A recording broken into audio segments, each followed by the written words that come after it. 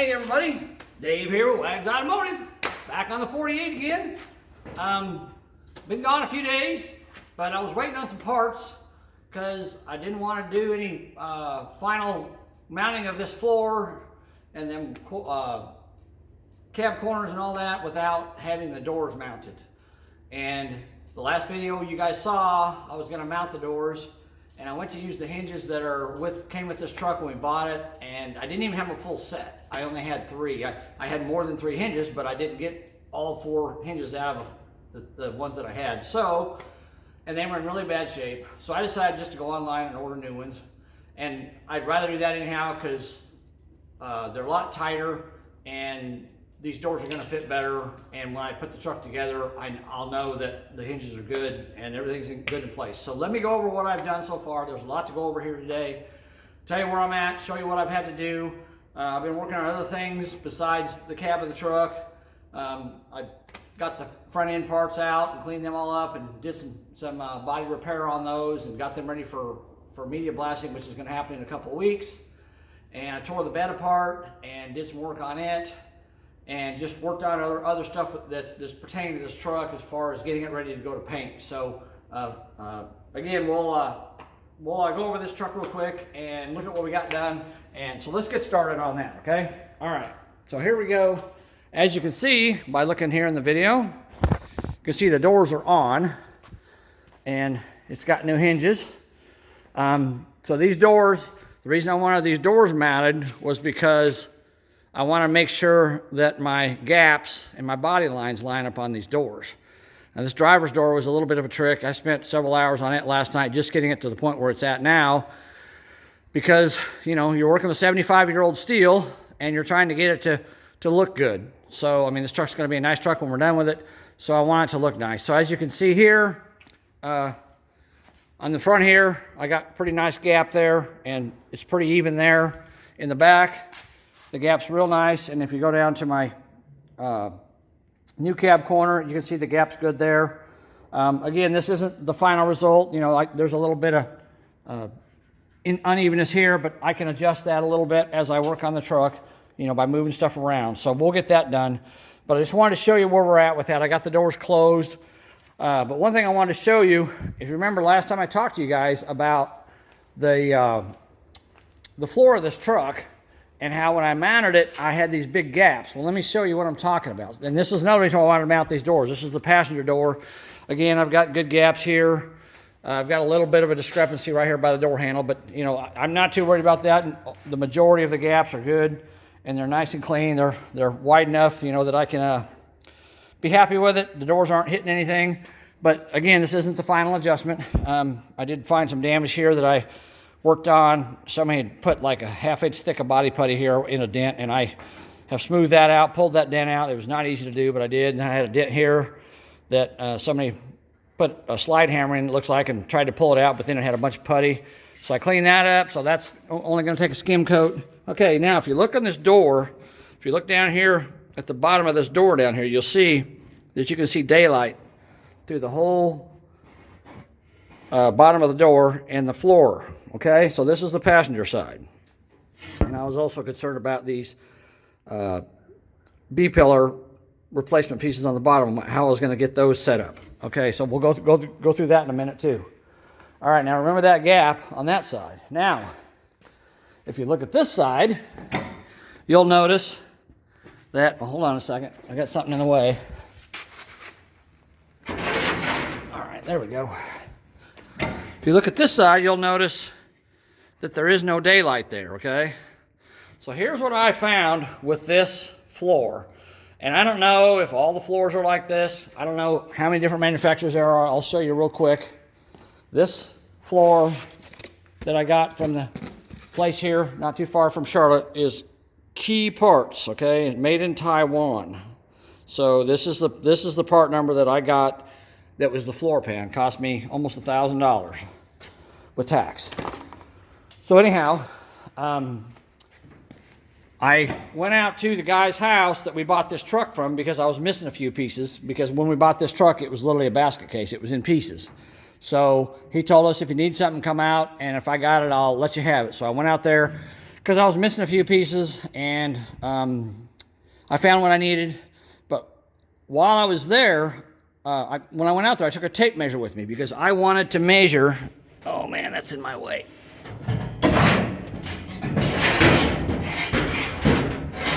Okay, there we go. He has 3 or 4 of these trucks out there, and he had a couple of them that still hadn't been touched. They were all original. I mean, they were sitting outside. They were rust buckets, but there was enough there that I could work with it. So I took and I got into one of those trucks, and I put my tape measure on the driver's side right there where the B-pillar meets the floor, and I measured all the way across to that B-pillar, okay? I measured across, and it measured 58 and 5/8 of an inch, okay? So I knew that with that factory floor being in there, the distance from B-pillar to B-pillar over here should be 58 and 5/8 of an inch on this floor. I came back here and I measured this brand new floor, and guess what I found? It's only 58 inches wide. So it's 5/8 of an inch narrower in the back anyhow. The front is okay, but it's 5/8 of an inch narrower in the back than it is in the front. So that creates a conundrum for me and anybody else working on these trucks. It's a pain in the butt. Now again, the key, this is a key part. I don't know, maybe AMD or somebody else, they have better parts. I don't know, but this part definitely isn't great. You got to figure this out, okay? And I've been racking my brain trying to figure out how we're going to do this. How we're going to add 5/8 of an inch to this floor. And here's what I came up with so far. Okay, so on these B-pillar replacement pieces, the bottom pieces I'm stubbing in here. And by the way, I did cut the old B-pillar that I cut out. I cut a piece of it out about, probably 2 inches, 2.5 inches long. And then I cut it in half, and I welded it to the inside of this piece, and now I've got it screwed up here. So when I'm gonna go behind here, and I'm gonna weld it in when I get this in its final location. I'm gonna weld it in back here all the way around, just like I did the bottom. You can see the weld marks where I welded all the way around. And when I do that, this will be stronger than it was from the factory because it'll be a double wall thickness right through here. So that's gonna hold really well, and I did the same thing to that side. So anyhow, if you remember, when I was first doing these, putting these in, the factory one had a slot in the bottom for water drainage, and this one, these do not. And I cut a slot in the bottom, but I also cut a slot in the top because they're so far away. So what I've decided I'm going to do, once I get these positioned, I'm going to bend this tab up to touch, and it's almost touching now. I'm going to bend it up to touch the floor, and then I'm going to weld it on the back side all the way down solid. And then I'll weld it on the front side as well, and then I'll weld this seam shut right here. And then I'll put seam sealer in here to fill in whatever's left of space. And that'll take care of that. So now what am I going to do to make this gap less than what it is to the floor? So here's what I come up with anyhow. I've got to replace the bottoms of these doors because there's a bunch of fiberglass down there. I don't even know how much the original metal is here. I'm waiting until I get the truck blasted. And I'm going to have the doors media blasted and see what's here, because I don't want to start cutting metal out that I don't need to cut out. And I don't know what's here. It's a pretty nice job of repair, but it's eventually going to rust out because it wasn't metal replacement. It was fiberglass over the top of old rusty metal. And looking at these cab corners, you guys saw those, how they looked. I don't think this is a whole lot better. It may be, but I don't know. But anyhow, media blasting will strip all that off and leave nothing but metal, and I'll be able to tell how much metal I've got left when I'm done. So here's what I'm going to do. I'm going to replace the lower section of the doors on the outside because they're rusted, and I'm also going to replace the lower section of the doors on the inside. So this is the piece that I'm going to use to replace the lower section of the door. Okay, that's a piece I got from the same place I got the floor from, and it is Counterpart, I guess. Never heard of them guys, but anyhow. And this actually is I mocked it up here. It's actually not bad quality. It's in pretty decent, pretty close fit. So let's put it up there. All right. So if we put it up there on the door, let me get. I need to get. Hold on. I got to get a pair of vice grips. Hold on. It's gonna fall on the floor. All right. Let me get a pair of vice grips. There we go. Okay. All right. Now I'm going to try to do this one-handed, so it's going to be a little tricky. Okay, so I put this piece goes like so. There's a couple of notches here for the panel. See, there's the bolt holes for the panel that covers this, the hinges, and I guess you could put a speaker in here too if you wanted to. And I may end up doing that, I don't know. But anyhow, so this has got notches in it to fit right where those panels go, okay? So if I put this in place, basically where it's supposed to go, and I want to make sure it's right. There we go. All right, now let me, again, I'm doing this one-handed, so be patient with me. All right, try to get this pair of vice grips to go in here. Let's see if I can get. I got to do a little more adjustment. A little more adjustment on it. All right. So if I take these vice grips and I clamp that down on there to where it holds that. And now, if you notice, this panel here has a nice, probably almost maybe a ½ inch lip on it. It's a pretty good sized lip, and I like that. So if I put that in place and then I close the door, voila! See that? We got a little bit back there in the back, but I'm not worried. Well, no, actually, take that back. That's behind the panel. That's not in front of it. So in front of the panel, all the way across, our daylight is gone. So what I'm going to do on this side, to make up for that 5/8 inch of a difference, what I'm going to do is once I get this door media blasted, I'm going to mount this panel on the outside of the metal that's already there. I mean, I'm going to cut out the rust and get rid of that and eliminate all that, and I will treat what's underneath of there with POR 15 and kill all the rust, so I don't ever have to worry about it rusting again. But I'm going to weld this panel to the outside metal of the door, of the inside door, and that will move that panel just enough forward, and with that lip on the bottom, it'll move it forward enough that it'll make up for the gap on the rocker panel, sorry, the rocker panel. It'll make up for the difference on that. So, and on the other side, when I do the other side, you saw how tight it was. I'm going to have to probably cut it all out and mount that one flush with the metal on the door because I don't really have any room over there.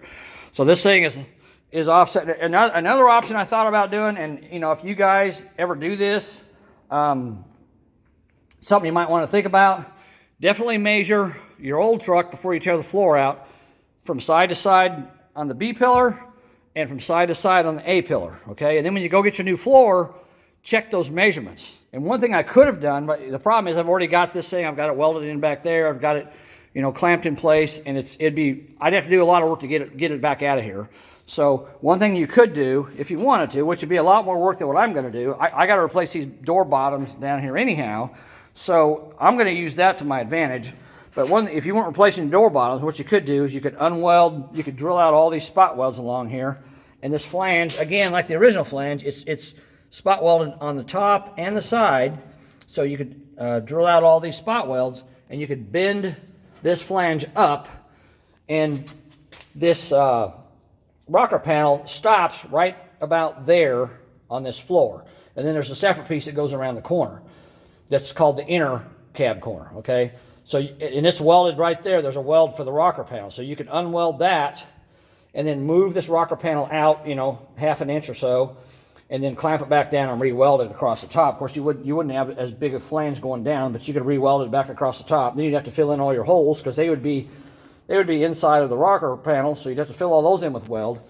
It'd be a pain in the butt to do, but I mean, you could do that if you needed to, and you wouldn't probably have to take it all the way to the front because the front's looking pretty good. One thing I did last night is I took the time. I talked to you guys about these kick panels, how they're rusted out. This one here's got a cover or a hole here, and I thought that was for like a vent that you open by hand. You know, I thought it had like a handle and you pull on it and it opened up. But what that actually is that's where the heater mounts on this truck. And if you don't have a heater, which I guess back in the day when you could order these trucks, you could order them without a heater, which I guess if you lived in Florida or Texas or New Mexico, you probably wouldn't need a heater necessarily. So there was a plate that went over there, and the guy who we bought this truck from, when I went out to his place, I found a truck that still had the plate in it, and I got it out of there. I had to do some finagling to get it out of there because the bolts were rusted and they didn't want to come loose and everything. But I finally got them to come loose. I got that plate out of there, so I'm going to install that cover plate over this. But anyhow, one thing you got to remember, and you know, there's so much to do. There's so much to get aligned here because you have to make sure everything fits before you weld it. Because once you weld it, it's not going anywhere. So see this panel here, I've got this panel cut, but it's gotta sit on this floor down here. Try to get it to stay there. It's got to line up with this floor down here. So I had to work on that last night, getting this lined up, and I had to move. And I'm glad I didn't weld these front the A-pillar to the floorboard yet, because I actually had to move it a little bit to get this to be even. And I've got that panel over there cut down to fit that side. And I did the same thing to that. I didn't really have to move that side because it was good, so I was lucky there. But this side here, I did have to move it a little bit to get this flush with the floor. So you got to remember that. You got to remember how your door fits. And then the last thing you need to remember, well, actually one more thing, is, of course, the piece that's going to go right here. And I can tell you that these two pieces that are the replacement pieces, they don't have the same contour that the original piece had. Matter of fact, you can see, if you look up here, you can see that gap there. I can barely get my finger in it. And down here, I can get my finger and then some in it. So this is moved in. So again, what I'm probably going to end up doing when I put this panel on, which I'm not too worried about, but what I'm probably going to end up doing is I'm going to end up having to add a layer of steel to that B-pillar or A-pillar mount, replacement panel, and add metal to this piece as well to bring them out so that this panel sits flush and my body lines line up with the door. But that's not a big deal. That's a small panel. The big deal on these things is this cab corner. And you know, I wanted to make sure that my line here is even, and it is. It looks really good. I mean, you know, it's a 75-year-old truck, but for a 75-year-old truck, I think, and like I said, I spent, you know, 3 or 4 hours putting these doors on and aligning them. But, you know, this isn't the final alignment. And I had to do some work on them. I had to, you know, straighten things out. The doors, both doors were, the top door frame was hitting the cab when I shut the door. So I had to, what I did with that, if you guys want to know, where's my wood? There it is. How you can fix that is you take, this is a 1x4, and what I did with it is I opened the door and I laid the wood in there like that. I put it up against the door frame there, and then inside the frame there, and then I just pushed on the door a few times. You know, I push hard, just, you know, give it a good shove. You know, you don't want to like slam on it or nothing. Just I just, you know, gave it a good hard shove, but not, you know, beating on it. And what it does is it moves this door frame out just a little bit at a time, especially if you're gentle with it, it'll go a little bit at a time. That moves this door frame out so it doesn't hit. And it's a very common thing with vehicles to have the window frame get bent inward, because people over the years, they'll grab the top of the door sometimes and shut it, or, you know, this is a weaker part of the door because it's just a frame, whereas, you know, this is all one big piece of steel. So the frame gets, you know, cattywampus. So if you got a car that this is a problem with, this is a way to fix it, is to put this wood in there like that. And the good thing about wood is it won't bend the metal, it won't damage the metal, it won't scratch it or mar it.